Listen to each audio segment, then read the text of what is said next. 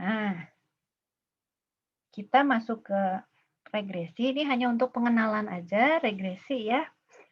Dia itu mirip seperti korelasi, tapi dia lebih tajam kalau menurut saya regresi ini. Kalau korelasi kita cuma bisa bilang ada hubungannya. Nah, di regresi selain ada hubungan, kita juga bisa lihat persamaan garisnya. Jadi kalau nih ya, tadi saya ulang lagi ya, tujuan korelasi itu kan kita mau buat prediksi. Kalau X-nya gini, maka Y-nya gimana, ya kan? Kalau terdapat korelasi linier, jadi ada opsi nih ya, untuk menghitung, istilahnya itu deskripsi matematis yang tepat dari hubungan tersebut. Jadi jika X-nya sekian, maka Y-nya akan sekian. Itu prediksi yang lebih tepat. Nah, untuk bisa membuat prediksi yang lebih tepat seperti itu, yang kalau kita tahu X-nya, maka kita bisa memprediksi Y-nya akan berapa, itu hanya bisa dilakukan dengan regresi. Kalau korelasi tadi kan kita cuma bisa lihat ada hubungan gitu aja. Tapi kalau X-nya sekian, Y-nya berapa kita nggak bisa bilang, kita nggak tahu. Nah, itu bisa kita ketahui dengan cara menghitung regresinya. Ya, um, definisinya apa regresi? Regresi itu teknik statistik untuk menemukan garis lurus ya, yang paling tepat untuk sekumpulan data. Nah, garis lurusnya itu namanya regression line atau garis regresi. Tuh. Ini ya.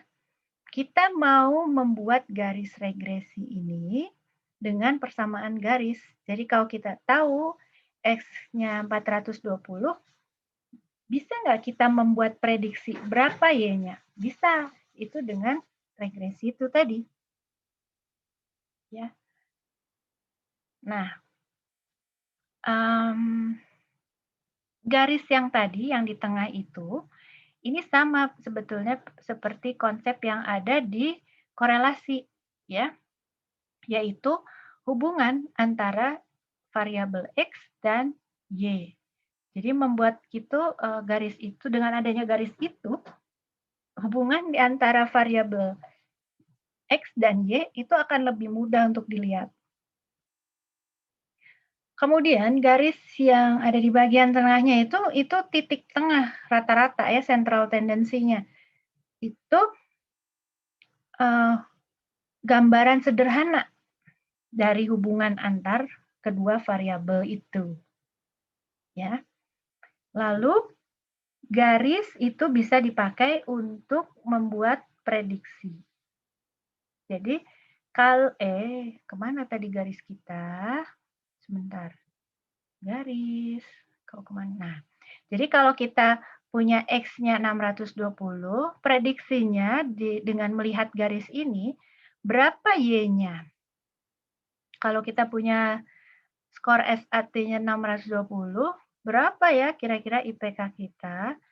Nah, itu kita bisa prediksi. Lihat aja di garis. Oh, berarti kira-kira IPK kita sekian. Nah, gitu. Itu berasal dari garis ini. Nah, itu gunanya regresi. Ya. Terus ngitungnya gimana? Kita bikin persamaan garis. Mungkin ingat ya, persamaan garis itu Y sama dengan, gitu kan, apa X itu loh, yang zaman dulu aljabar ya. Zaman dulu ya.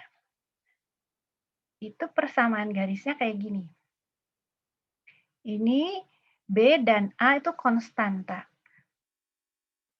Contoh, kalau Y adalah biaya internet yang harus kita keluarkan dalam sebulan, ya sekarang kan kita banyak ya pakai internet ya. Sekarang aja pakai ya.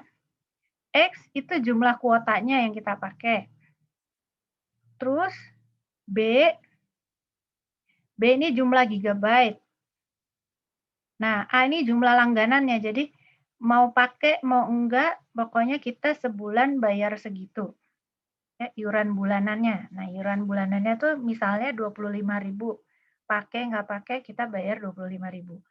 Lalu yang ini adalah kita pakainya berapa giga. Ini mahal nih ya, per giganya 20.000 misalnya gitu ya. Per giga 20.000. Nah, kalau kita pakai 2 giga, berarti kita bayar berapa tuh bulan itu? Itu kan berarti di sininya 2 kali harganya tuh berapa tuh? X-nya 2, sorry, X-nya 2. Terus kali ininya 20.000 ditambah 25. Berapa tuh? Jadi kita bayar berapa sebulan? Kalau kita pakai 2 giga. 20.000 kali 2 ditambah 25. 25.000. Berapa tuh? 60. Nah, jadi bulan itu Y-nya gitu kan, Y-nya sama dengan 65 ya. Artinya kita harus bayar 65.000 gitu. Ya. Jadi, ini bisa membuat kita lebih tepat prediksinya. Oh, kita pakai 2 giga. Oh, berarti bulan depan saya harus bayar 65.000. Oh, saya pakai 3 giga. Oh, berarti saya harus bayar berapa? Nah, itu prediksinya akan lebih tepat dibanding dengan korelasi biasa. Berarti yang harus kita cari kan B dan A-nya ini. Ya, gitu. Berapa, ini contoh gambar yang tadi ya, semakin banyak gigabyte-nya, maka semakin mahal kita bayarnya. Kalau kita nggak pakai berapa gigabyte, 0 ya, maka kita bayarnya 25.000. Cara ngitungnya gimana? Ya, cara ngitungnya adalah dengan, coba kita lihat di sini. Nah, kita cari nilai A dan B. Cari nilai A dan B itu gimana? Carinya, mana teman-teman? Di manakah dia? Nah, ini. Y itu adalah pakai topi ya, Y topi. Ini namanya Y topi. Y topi ini adalah prediksi Y-nya. Ya. BX tambah A. B itu adalah SP, ya, sama kayak tadi SP per SSX. Atau bisa juga R-nya kalau udah ketahuan R-nya korelasinya berapa, SY per SX. Ya, ini standar deviasi Y per standar deviasi X. Kalau A itu rata-rata Y dikurangi B kali rata-rata X. Nah, berarti kita harus cari B dulu, karena untuk cari A itu kita harus masukkan angka B. Gitu. Ya. Nah, contoh nih ya. Kita, mirip sekali seperti yang tadi kan, korelasi. Kita X-nya ini, Y-nya ini. Kita cari sigma X, cari rata-rata X, cari sigma Y, ini jumlah, cari rata-rata Y. Terus X dikurangi rata-rata X, sama toh seperti yang tadi kan? Y dikurangi rata-rata Y, jadi 11 kurang 6 gitu ya seterusnya. Nah, setelah itu kita cari X kurang MX kali Y kurang M, jadi ini kali ini. Oh, ini kali ini. Terus ini dikuadratkan. Ya. Nah, B-nya itu kan SP per SSX. Makanya yang dicari kan SSX-nya aja. Kita nggak cari SSY-nya. Nah, SP itu kan dapat dari sini. SP 16 toh. SSX 10. Nah, kalau kita udah dapat B-nya, maka kita bisa hitung A. A rata-rata MY dikurangi B ya kali MX nih. Tuh.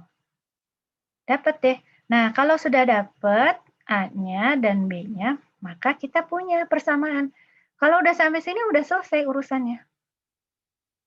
Nah, jadi ini hasilnya, persamaannya adalah Y topik kita itu sama dengan B 1,6X dikurangi 2. Inilah persamaannya. Udah, itu regresi pengenalan kita untuk regresi gitu ya. Ada yang mau ditanyakan dari sini? Kakak-kakak mungkin ada yang mau ditambahkan? Kak Vini? Tidak ada, Ibu. Ya. Kak Nadia mungkin? Belum ada, Bu. Belum ada ya. Kak Devri nggak ada ya tadi? Belum balik lagi ya? Oke. Nah, seperti biasa, di dalam slide ini tuh ada beberapa penjelasan, ya. Saya akan jelaskan sebagian, tapi nanti sisa-sisanya baca sendiri aja, ya. Nah, saya jelaskan beberapa hal yang penting untuk diperhatikan. Nilai yang diprediksi itu nggak sempurna ya, kecuali kalau korelasi yang kita peroleh itu sempurna. Jadi, kalau korelasinya R sama dengan 1 atau minus 1, ya, itu baru kita bisa memprediksikan regresi ini dengan sempurna. Selain itu pasti ada errornya. Ya. Kemudian, perhitungan regresi ini sebaiknya nggak digunakan untuk membuat prediksi di luar nilai X yang menjadi data kita. Jadi kalau kita cuma punya data rentangnya 3 sampai 7, ya, kayak contoh yang tadi 3 sampai 7, maka sebaiknya kita tidak membuat prediksi untuk Y, prediksi Y untuk X di luar rentang 3 sampai 7. Jadi 10, X-nya 10, enggak. Kenapa? Karena peluangnya error tuh ada. Mana sih? Mana tadi gambarnya? Sorry. Bentar. Nah, karena ini, ya, kita hanya memprediksi dari data-data titik-titik yang kita punya. Ya, kalau kita mau memprediksi X yang ada di sini, ya ini kan Y-nya nggak ada. Kita nggak punya data X yang di sini. Ini nanti bisa membuat prediksi kita menjadi melenceng. Jadi sebaiknya yang diprediksi adalah X dari sini sampai X dari ke sini. Ya, X ini aja rentang ini. Itu. Catatan untuk regresi, ya. Kemudian regresi ini baik juga kalau kita pakai SPSS, ya, itu lebih memudahkan dan ada beberapa asumsi yang harus kita penuhi, ya, tapi kita tidak membahas itu di sini karena regresi ini juga hanya sedikit dipakai di level S1, ya, jarang. Yang paling sering itu korelasi. Nanti kalau Anda memerlukannya bisa sewaktu-waktu kembali ke slide ini. Oke, begitu penjelasannya.